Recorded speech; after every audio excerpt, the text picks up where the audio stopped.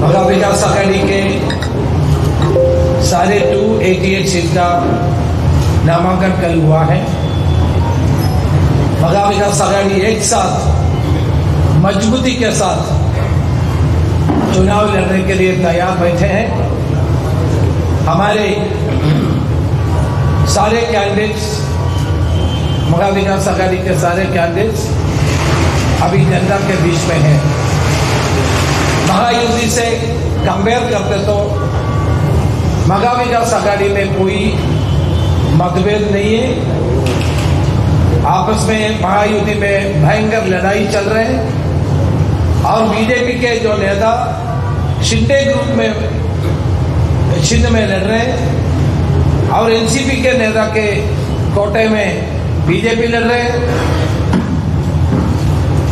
कभी ऐसा मैंने कभी राजनीति में नहीं सुना। एक विचित्र गठबंधन है महायुति। बीजेपी के नेता शिंदे के ग्रुप में उनके चिन्ह पे लड़ रहे हैं और एनसीपी के कोटे में जो सीट मिला है उस पर भी बीजेपी लड़ रहे हैं। ताकि बीजेपी ही लड़ रही चुनाव, उनका महायुति खत्म हो चुका। महायुति का कोई प्रभाव नहीं है, कोई अस्तित्व नहीं है।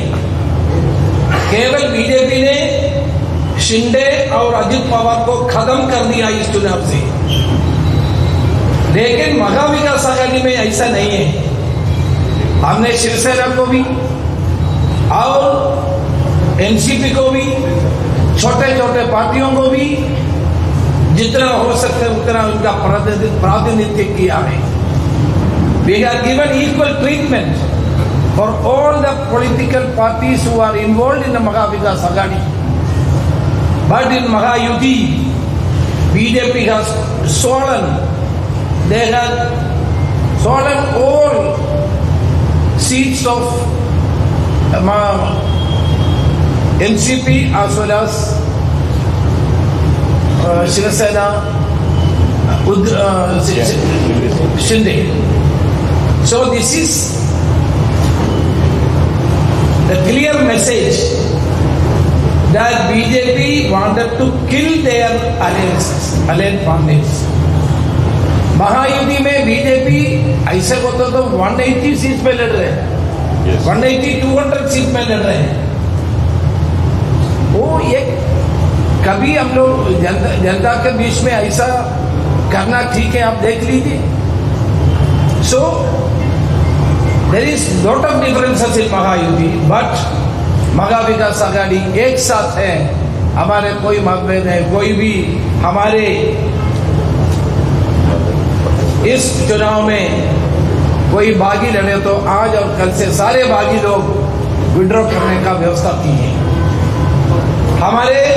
हमने किसी को भी BA फॉर्म B फॉर्म नहीं दिया है। जिसको कांग्रेस पार्टी हाईकमान ने अनाउंस किया है, केवल हमको A फॉर्म B फॉर्म दिया है। सो मेरा रिक्वेस्ट है कांग्रेस के सारे कार्यकर्ताओं को, हमारे जो हाला कमान जो लिस्ट पब्लिश किया है, जो उम्मीदवार हैं उनके लिए काम करना चाहिए।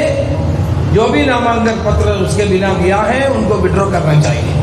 No friendly fight, no friendly fight in Mahavikas Aghadi. Mahavikas Aghadi में फ्रेंडली फाइट नहीं होते हैं।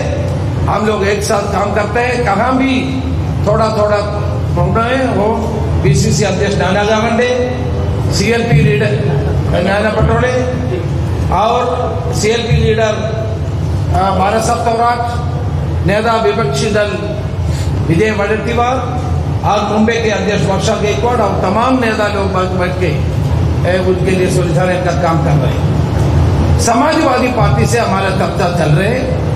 हमने आरिफ नसीम खान को इसका रिस्पॉन्सिबिलिटी, हमारे CWC मेंबर और समाजवादी पार्टी के नेता से संपर्क में है। 4 तारीख के पहले वो समस्या को हल करने के लिए हम लोग कोशिश कर रहे हैं। मैं आपको ये बात बताना चाहता हूँ, हमारे मकसद है महाविकास आघाड़ी का नया सरकार महाराष्ट्र में बनाना है। इसलिए हम लोग एक होकर काम कर रहे हैं। जनता ये चाहते हैं। लोकसभा के चुनाव में महाराष्ट्र की जनता ये स्पष्ट किया है कि ये शिंदे सरकार निगम्मा सरकार है। सरकार उन्होंने जितना करप्शन किया है उसके खिलाफ हमको आगे आना है, ये लोग तय किया है।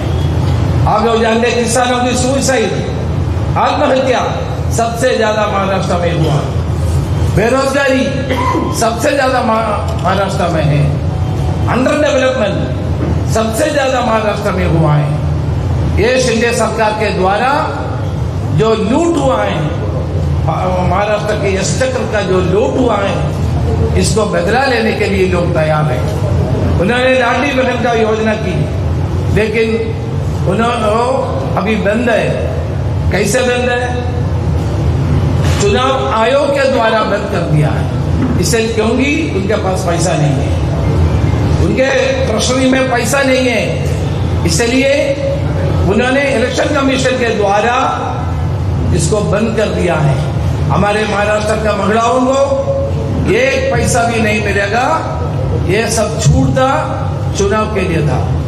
और महायुति के नेता लोग चुनाव डिक्लेरेशन के पहले बहुत सारे डिसीजन किया कैबिनेट में। एक भी डिसीजन इंप्लीमेंट नहीं हो सकते, एक भी डिसीजन इंप्लीमेंट नहीं किया है। ये चुनाव के लिए है, लोगों को भड़काने का काम है, लोगों को समझ गया है। इसलिए मैं आपको आपके द्वारा महाराष्ट्र के जनता से ये अपील करता हूँ, महाविकास आघाड़ी डिसिप्लिन के साथ चुनाव लड़ रहे हैं। जनता की आकांक्षाओं और प्रतीक्षाओं को, सपनों को साकार करने के लिए हमको वोट देना चाहिए और हमको आशीर्वाद देना चाहिए।